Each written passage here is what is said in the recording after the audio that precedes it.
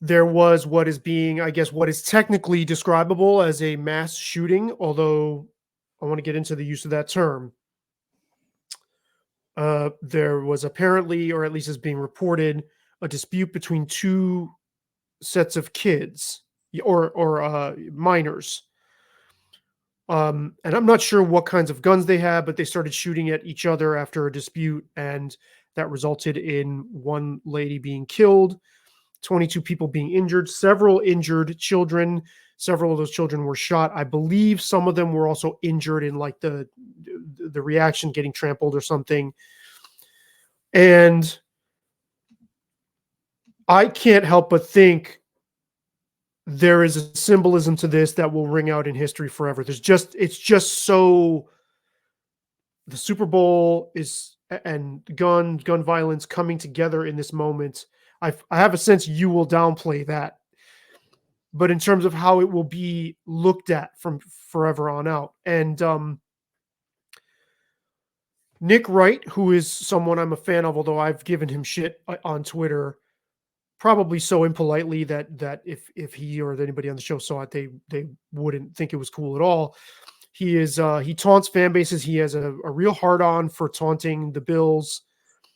And what's interesting is I don't think he needs to perform this troll act to be engaging. He's a really engaging, fun broadcaster who takes on this kind of shitty dick.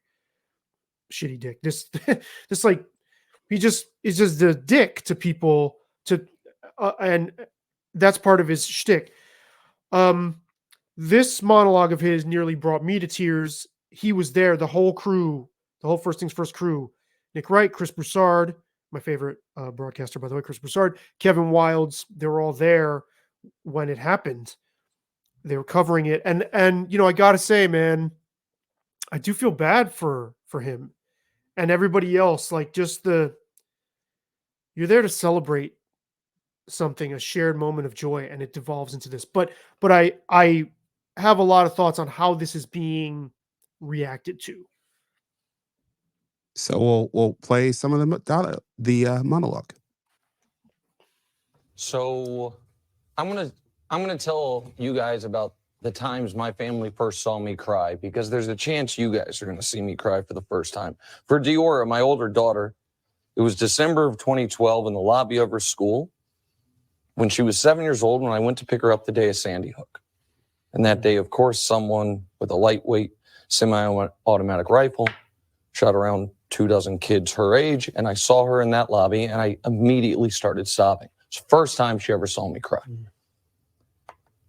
My youngest daughter, Deanna, who's been on this show, who everyone here knows really well, first time she ever saw me cry was March of 2022 in our kitchen, when I opened up Twitter and saw what had happened at Robb Elementary. And someone with a lightweight semi-automatic rifle shot around 24 people that were her age. And I sobbed. And she was concerned. She didn't know. I just, like, it was so, and I'm not a big crier, nothing against it, but I sobbed. And yesterday, shortly after, a few kids themselves with lightweight semi-automatic rifles shot around 24 people. My wife saw me cry in a way I haven't. And it wasn't when, at the parade. It wasn't on the walk over. It was at the hotel. Once we had gotten to the safety of our room, we're at the elevator. And there was this little old lady who was on the phone fighting back tears, wearing a Chiefs shirt. And she saw me and knew us, knew the show, and came over and gave me a hug and started crying. And I still didn't cry yet. And then we talked. And she said she was there with her kids and grandkids. And her, I believe she said, 14-year-old granddaughter had to take the lead because she's been trained for this. And the adults hadn't. And I cried. And I cried because it's so god-dog cruel what we've taken from this generation of kids that we all got. Listen, yesterday, Wildes is right, we're lucky, but yesterday was also the single worst 10 seconds of my life. And it was not the when we heard the gunshot and were told to get down, and it was not the part that is seared into my memory from a selfish perspective is the time between them telling us active shooter and me finding in the crowd ostensibly where the shooter was, my wife, my sister-in-law, and her best friend. Because that 10 seconds felt like it was 5 minutes. But that is such a different feeling than for these young kids who have now had to learn, drill, and experience what to do in a mass shooting situation before they lose their first tooth, before they have their first kiss. For those kids there yesterday, part of their childhood ended. And to your point, those are the kids that we consider lucky, the kids who didn't end up in hospital beds. And so I'm incredibly sad about this. And this is where I will pivot a bit. But I am furious. I'm furious because this is so clearly all our fault. And we have so clearly lost the plot so quickly. I understand now that at this point, talking about any type of regulations whatsoever on guns in America is verboten for some. But some of the strictest statewide gun regulations ever passed in this country were passed by Ronald Reagan. Right. And the assault weapons ban in the 90s was supported by Ronald Reagan, who is a paragon, you know what I mean, for many on the conservative side of the aisle. We say when it comes to this particular topic, we turn ourselves into morons. We say ludicrous things like, why have laws? People break them. Like we make these arguments of, well, if you pass a law, only criminals will break the law. As if, okay, well then make selling meth legal because only meth dealers will break it. We trick ourselves into good guy with a gun. There were 800 good guys there yesterday. How many of them did we shake hands with before that we saw? There were uniformed police. You couldn't have had more good guys prepared, ready. And in an instant, there's nothing they can do until after the fact and mitigate the damage. And that's my home city. And the only thing that brings Kansas City together is the Chiefs. We are a divided city. We are a segregated city. The Chiefs is the only thing that brings it together. And the moment is shattered. And the state of Missouri, as of October, was fighting at the Supreme Court to not allow local police to enforce federal gun laws. They were fighting against the local cops' ability to enforce federal gun laws. That's how insane we've gone. And what we will do is to just keep plowing ahead. We will continue with the wellness checks that my best friend in the world called me yesterday to check on me, just like I did for him 2 years ago when he was at a parade in Highland Park, Chicago, that got shot up on the 4th of July. And we'll just keep going with active shooter drills and a generation of kids who had this part of their life stolen from them, and throw our hands up and say, what can we do when we all know the answer? And so I You mind if I ask a question first? Not at all. This is your show, dude. No, not at all. What's the answer? Well, if you'll allow me, I think what's the question? Is Nick Wright and so much of the sports media industrial complex asking the right questions here? Full disclosure, I am I've come around on guns. I'm now essentially pro-gun, where I wasn't before, where I was much more vehemently on the side of gun regulations and could not understand the pro-gun position and could not fathom why this conversation was so irreconcilable. Such you always come to such an impasse. However, I am for sensible regulations. I don't I don't quite understand the like absolutist Second Amendment position. So I agree with Nick Wright's point that people do start saying incoherent things because we have regulation in every other facet of our lives. Here's the thing though. So I saw responses like this. Jamel Hill, Mina Kimes, Joy Taylor tweeted similar kinds of things. This is being called a mass shooting, and I think we have to be more precise in our language. This is not a case of someone going into a crowd specifically with the intention of killing people. So it's not like those school shootings. I agree with Nick. I'm a parent, and I gotta fucking tell you, every day that I drop my daughter off at school, this is in the back of my mind. That something horrible like that could happen. And I'm getting around to what I think there's a way. I'm not going to say I have the answer, but I have a suggestion that could be a way forward. But in this case, this is kids, by the way, whose faces have not been shown because in a lot of the footage of the people tackling one of the shooters, they blocked his face out. Why? Because he's not white. He's black. Did those kids obtain those guns legally through relaxed gun regulations in the state of Missouri? Probably not. Those kids have illegal guns, right? So that's one thing. They were just they were being somebody called into Chris Broussard's radio show with Rob Parker, somebody who said that they were very close and saw that these kids were starting shit with grown-ups. Then they got into it with each other, and this eyewitness said they were just shooting blind. He said he wouldn't have been surprised if some of them shot each other, some of their own friends. So framing this as a gun control issue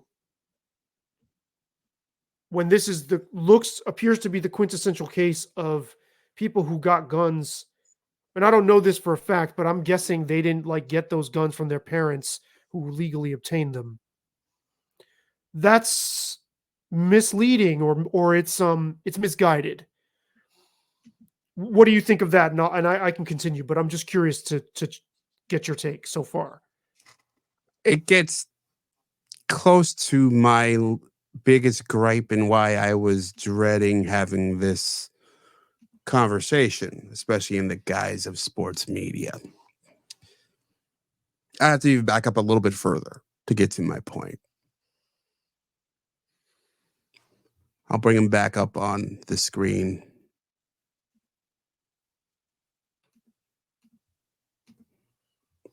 This man, Nick Wright, is a clown. He is. He is a clown. He's an absolute total clown. He is a troll and an ass. He does it for good reason. He does it because it gets him attention. He does it because it gets him in the front of minds and in the back of minds of fan bases like my own. I'm a giant Bills fan, and he trolls the Bills as well all the time. It's not just in a really. Let me finish here. Oh, sorry. It's not just because he trolls the Bills that I call him a clown. I call him a clown because that's how he portrays himself. He portrays himself as this paragon of knowledge, that this know-it-all. It's a whole shtick that all these guys use all the time. Here's the problem with them tackling an issue like this. This is not an issue that fits within the paint by numbers circumstance. All this guy does, and the people who are on these shows, like Stephen A., like Dan Levitard, even my boys, Tony Kornheiser and Mike Wilbon, I love them. But here's what they do. They paint by numbers daily.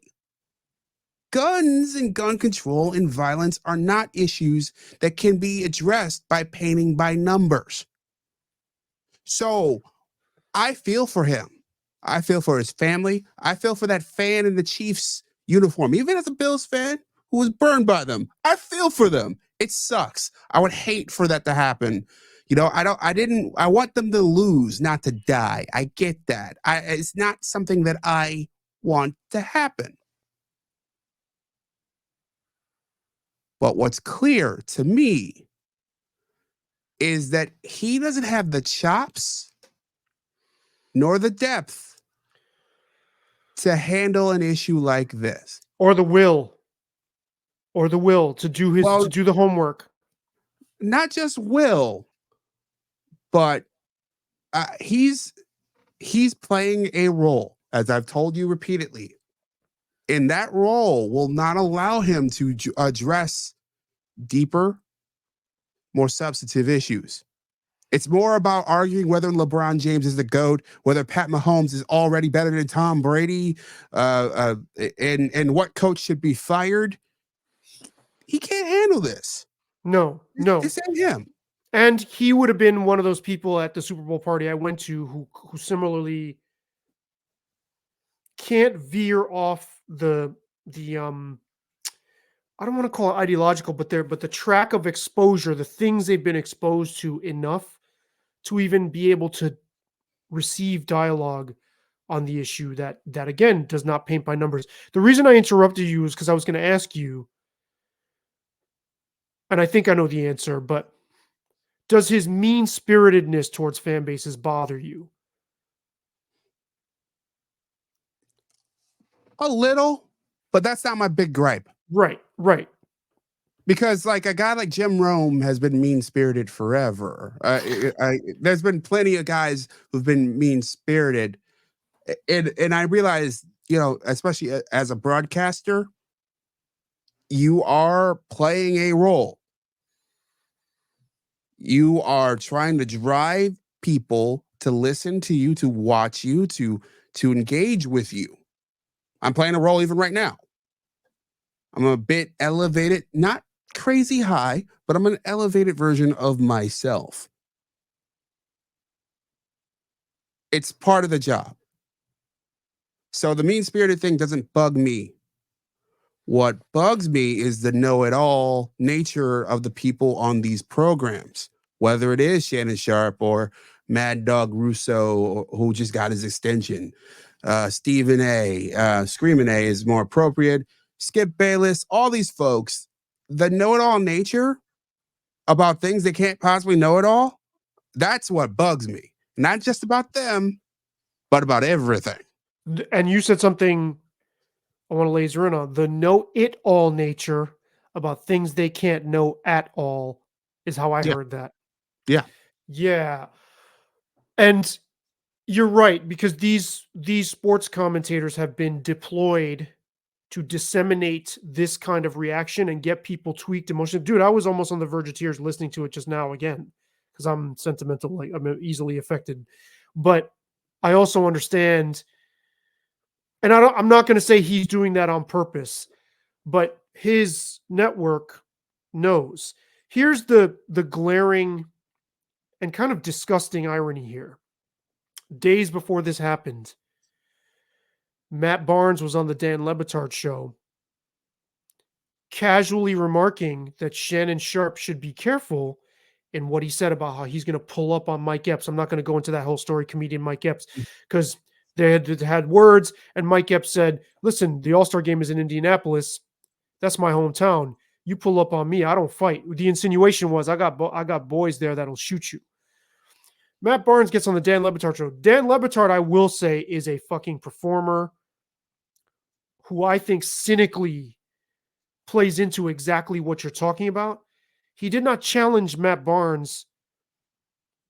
Like, Matt Barnes was almost smirking, and I don't want to paint it in too bad of a light, but it's like there's so much of this, oh yeah, you should be cautious about what you say. And it's like, yo, would Shannon Sharp get shot Shannon Sharp wasn't saying he was going to pull up and like fucking beat the guy up. He's just going to say, I'm pulling up to confront you on what you said. Let's talk it. You know, that the fact that Lebitard wouldn't challenge that, but then would perform all this outrage about this, when those two things are fucking related, the casualness with which Black youth are exposed to this idea, oh, well, you know, you roll up on me, I'm going to solve this with a gun.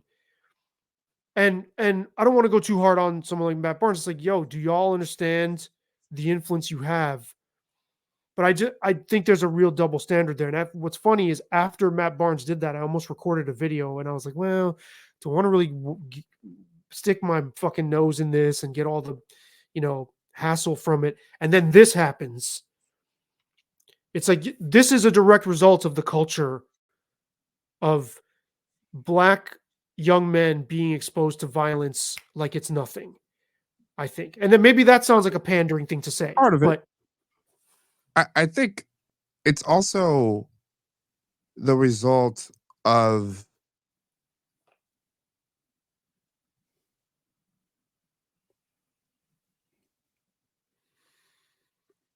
I think it's very the easy analog is what's going on down at the border, right?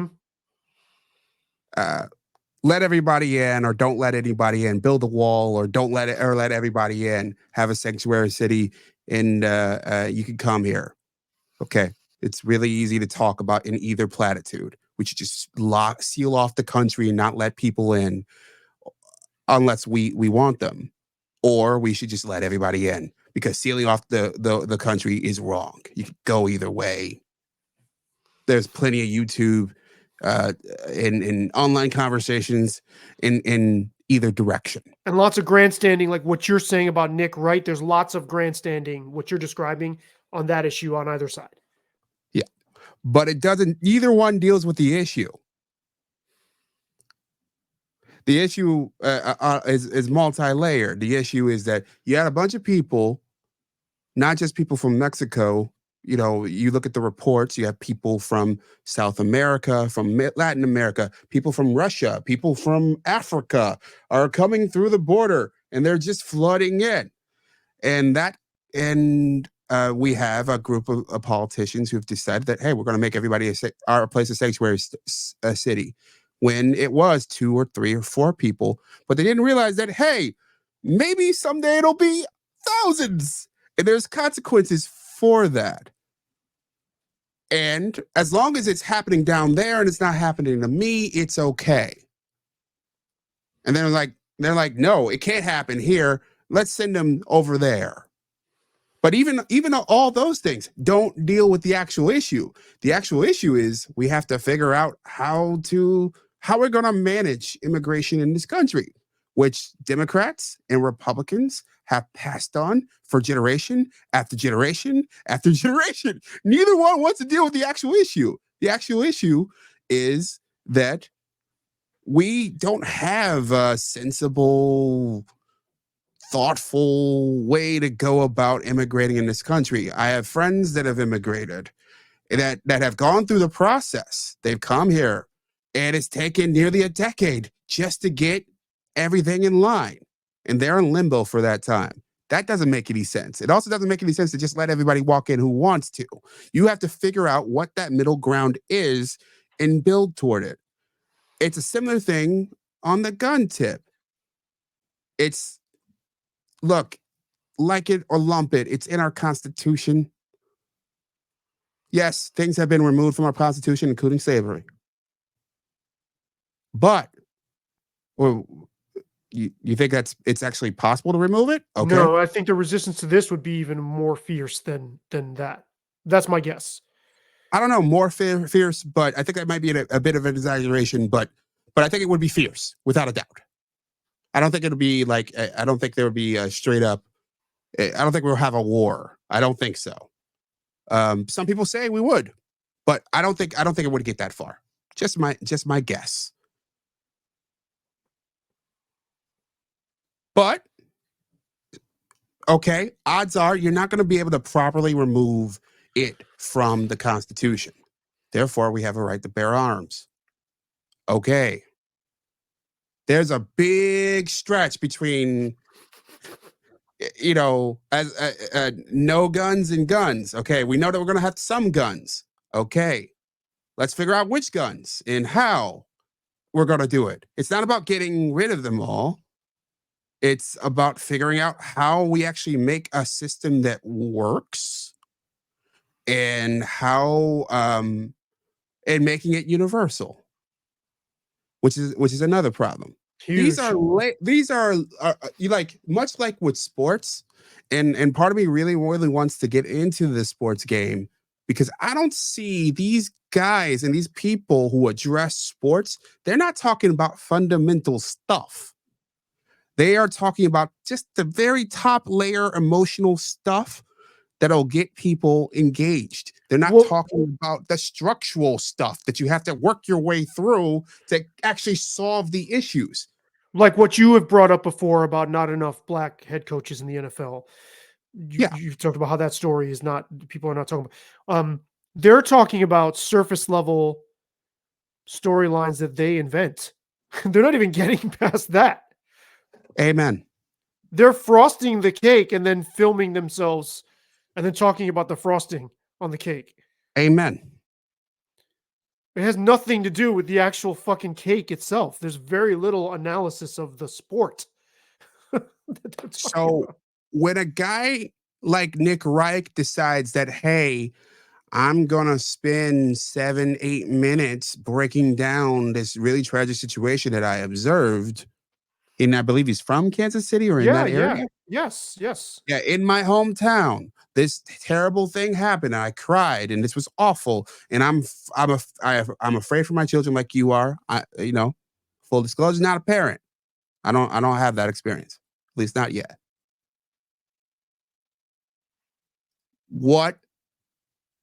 When you're not, it just comes off hollow. Sanctimonious. And it's the kind of thing that happens across this is the sports media, but you know it's kind of like when you watch if you ever watch the Today Show have to talk about sports. When Elmo's not getting strangled on there.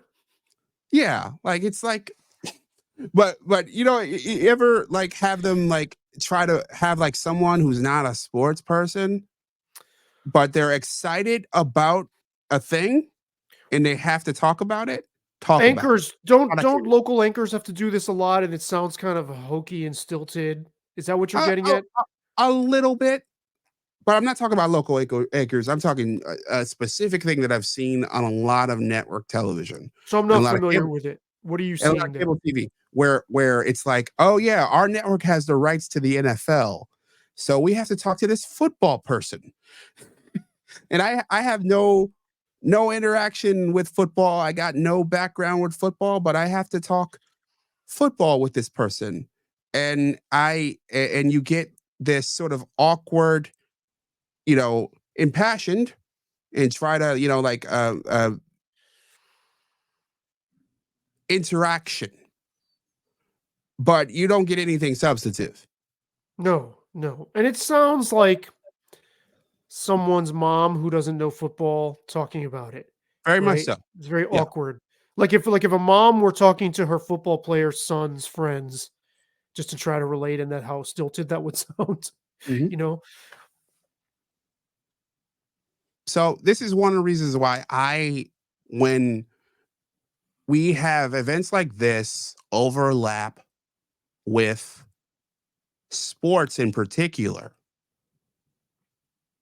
it just drives me batty. It makes me not want to go near it because these guys, these women, their format is not made to handle that kind of things. No, they didn't. But theirs especially are not. They didn't build their audience that way. And on the other side, I thought Jason Whitlock's tweet was equally reprehensible and simplistic and reductive.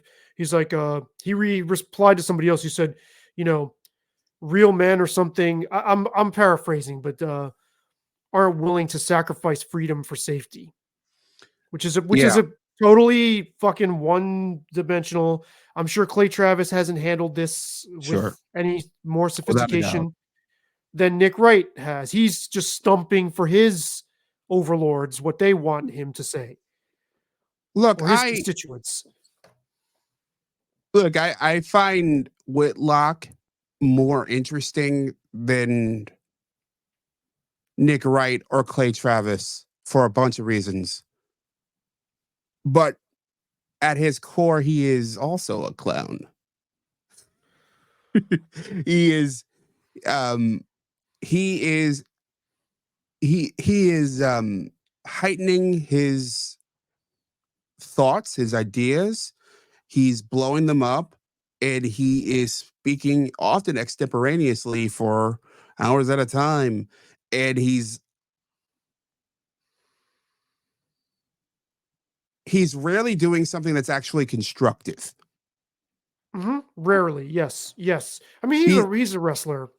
He's a wrestling villain. Yeah. Like he's pro wrestling. Like And all these guys. and I thought that point sucked. I thought it was like so not getting into what the complexity of the issue. Now, there is something that occurred to me, and I mean, if you're up for it, I can bounce it off you to see what your go ahead. reaction is. So much as you're getting at the impasse around guns and a bunch of other issues as well is so stark that it seems impossible. I mean, it seems like the political will to try to have anything resembling a solution is not happening. So here's my suggestion.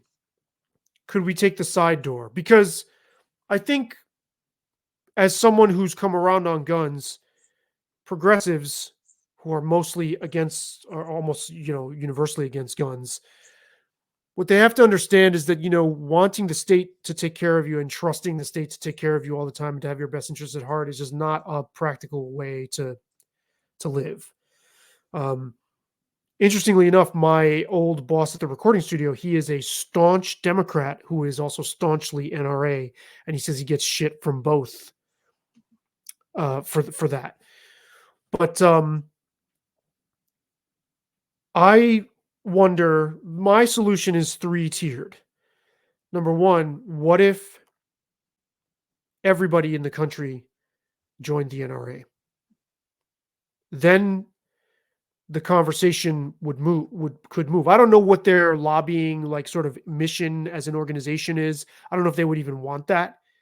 I don't know if they prefer to have a more sort of predictable demographic be on board.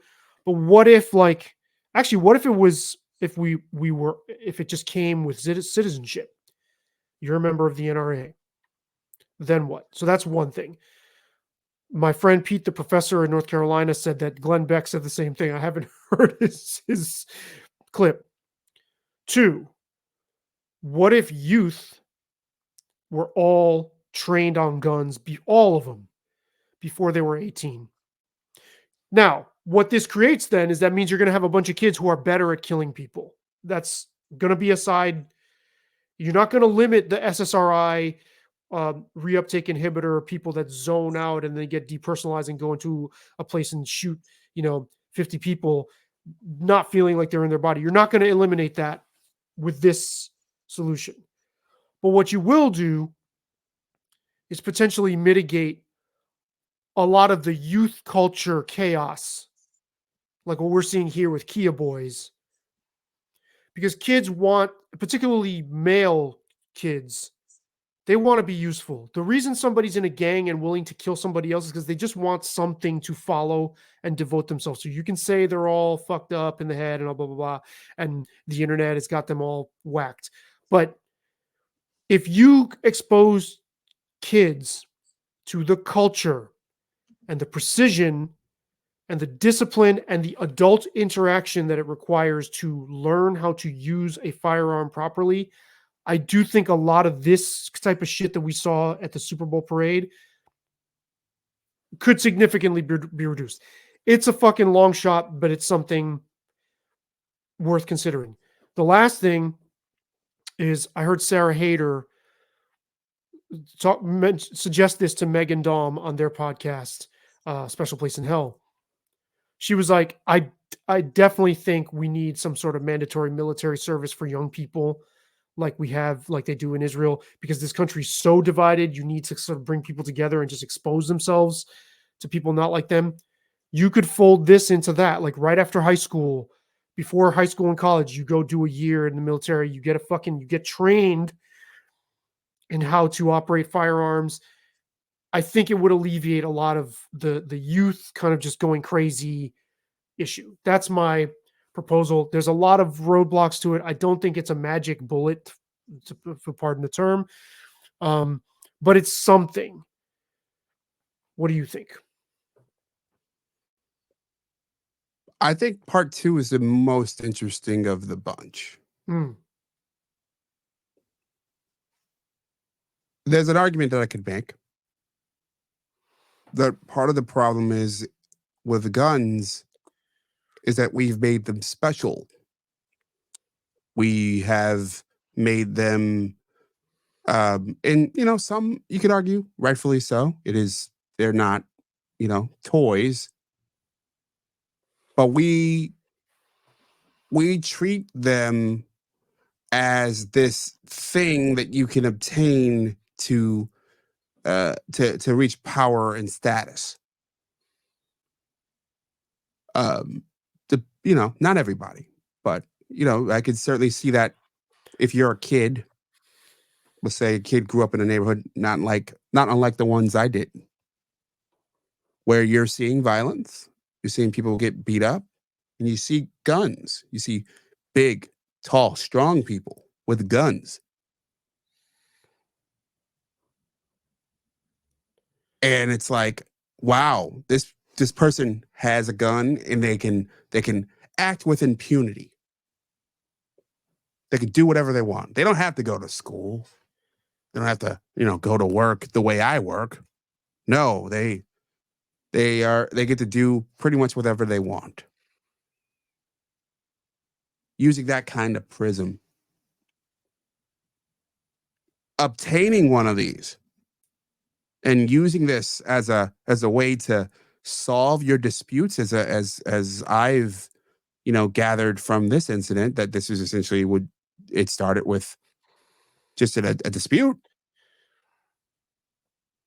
It wasn't an act of terrorism so much. It was Right. it was someone being awful and opening fire. If we could disconnect the two and say, hey, this is a thing that's baked into the structure of this country, it's baked into our law, and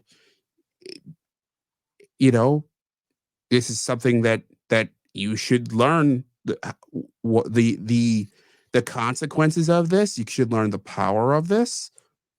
That's interesting. Lean into it is what I'm saying. Yeah. What other choice do we have? Yeah, I think that's certainly where I am going as I think through your 3 options. That we're not, unless we're going to just throw out the Constitution, which I am not in a hurry to do. And it's also, not going anywhere. Right, and what's going to be the reaction to that, man? You're going to have these people that are really dug in on this. It's not going to be pretty. And then you're going to have state governments fighting it, as what Nick Wright was talking about there. Sure. I mean, why not go the other way? And here's the thing. This issue is almost impossible to talk about in a way that both left and right can actually see their shared interests. So take a side approach that makes it so that you're kind of playing into both of their values a little bit. You're saying to obviously gun culture people are going to appreciate this. Like they want, I would hope, right? Like we're saying, we're going to train all your kids on how to use guns. I would think gun culture people, pro-gun people would appreciate that. maybe not, but I would think. And for people on the other side of it, it's like you're completely removed from this object. Like you said, it's almost like a forbidden fruit or something, Mm-hmm. right? Why don't you see what it's like to actually handle one yourself? And why don't you get involved so that you become part of the constituency that can shape policy or have a say in policy instead of just bashing your head against these people that are not hearing you? And I want to also address your third suggestion, because I've had a similar thought, not because of this, but broadly about military service.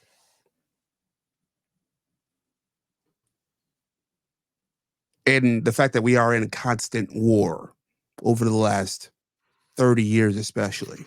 Right. Going back further, pretty much, but 30 years, pretty solid with conflict after conflict after conflict. And if you, I believe it was, we went through not just, I think it was from the Obama administration. I someone I recall reading that there wasn't a day where we weren't bombing anybody. Mm-hmm. Mm-hmm. You know, Right. I mean, would you say that in the pop culture sense, we've been in constant war in terms of like the public's awareness since the 91 Super Bowl? sounds about right. Yeah, yeah. And going into Kuwait. Yeah, sounds about right. So as I think through these issues, I think that one of the reasons why we are more willing to get involved with these foreign entanglements is because it's not our kid. Because we don't have a draft. Mm-hmm. Because it is so easy to avoid military service. And I considered it, but I graduated from high school the year, well, I was a senior when 9/11 happened. And I was talking to recruits throughout my senior year, even after I got into Niagara. The best argument that this recruiter had for me, and one that I really thought about a lot, was he said, "Hey, I'm from Huntsville, Alabama," and he picked me up from the house and said, "I did it to get the hell away from Huntsville, Alabama. I got my education. I got to see the world. I got to go places that I never thought I could, that my brothers and sisters didn't get to go. And learn things that they couldn't possibly, think was possible."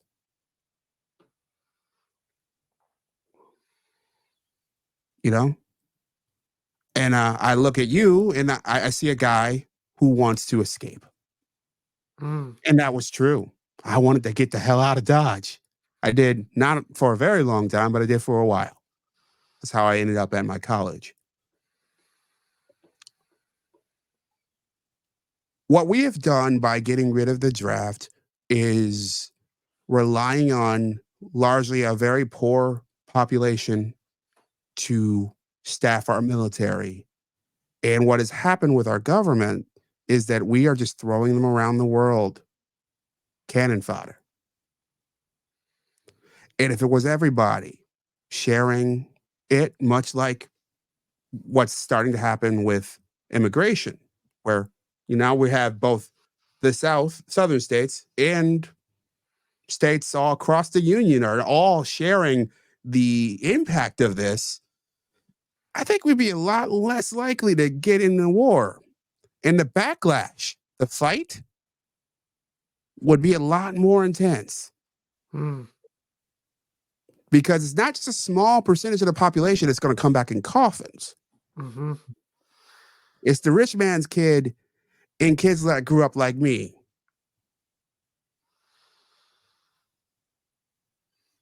That's how I got to your argument. I think it's a fair argument, as a uniting force, but I think it's a similar thought. Yeah, yeah, and I also think it would give people a lot of vocational training right out of high school. You Mhm. get skills there, Which is badly needed. including yes, including how to handle a gun. My Lyft driver yesterday is a Hispanic lady, former Marine, who told me she takes her retired Marine who takes her grandson camping and shows him how to use a gun. And she says she's very disciplined about it. He's only allowed at certain times when they're shooting in specific cases. So I think getting over this fear, because they're not going anywhere. Even if you change the laws tomorrow, there's more guns than people. And I don't like that. I don't love guns, but I think they are a necessary evil or a necessary fact of life. I mean, you can't exist in a world where other people have them and you don't. Or you're just existing on a prayer. And the other thing, you talked about these kids, you said what they did was horrible. I mean, it's stupid. It's more it's like I could see a fucking teenage boy doing shit like that and not grasping the consequences, because teenage boys are dumb and do idiotic things without structure to catch them. And if you have them trained, again, some of them are going to be better marksmen and kill people easier. But would we see an overall reduction in this? Right? Would the rage and isolation and resentment that feeds into mass shootings, could that be mitigated by giving some people a place to belong where they have interaction with other youth and grown-ups? I'd hope so. What else is on the table? What other choice do we have? So, yeah, you mentioned, oddly enough, I flirted with the idea of joining the military, but I don't think I ever seriously considered it. But I do think something out of high school for a year would have been great for me. Would have really worked wonders on my ability to function. And what's funny is, me and my friends in the Bronx, like, they liked to lead recruiters on. They would go to their office on purpose just to fuck with them and Mhm. get them thinking they were interested. Yeah. Well, I can certainly see why. I mean, it is some of them were pretty jerky, but the guy I talked to was not. If you are watching somewhere out there, sir, Do you remember the Beavis and Butthead no. episode where they went to the recruiter's office and they walked in and he leaned back behind his desk and he had different VHS tapes to show to the different people? And so one of them said minorities, gays, and then one of them said no future, and he pulled that one out to show them. That would not surprise me. It's um you know uh it reminds me of certain car dealerships. They look for a diversity, a poo-poo platter of staffers, and they deploy them based on who walks in. And it is logical, right? Sure. That guy I talked to from Alabama, he was a black guy. So, I think that was probably for a reason. I'm sure sometimes it backfires where you mismatch somebody because you misgauge the surface features. But yes, sure.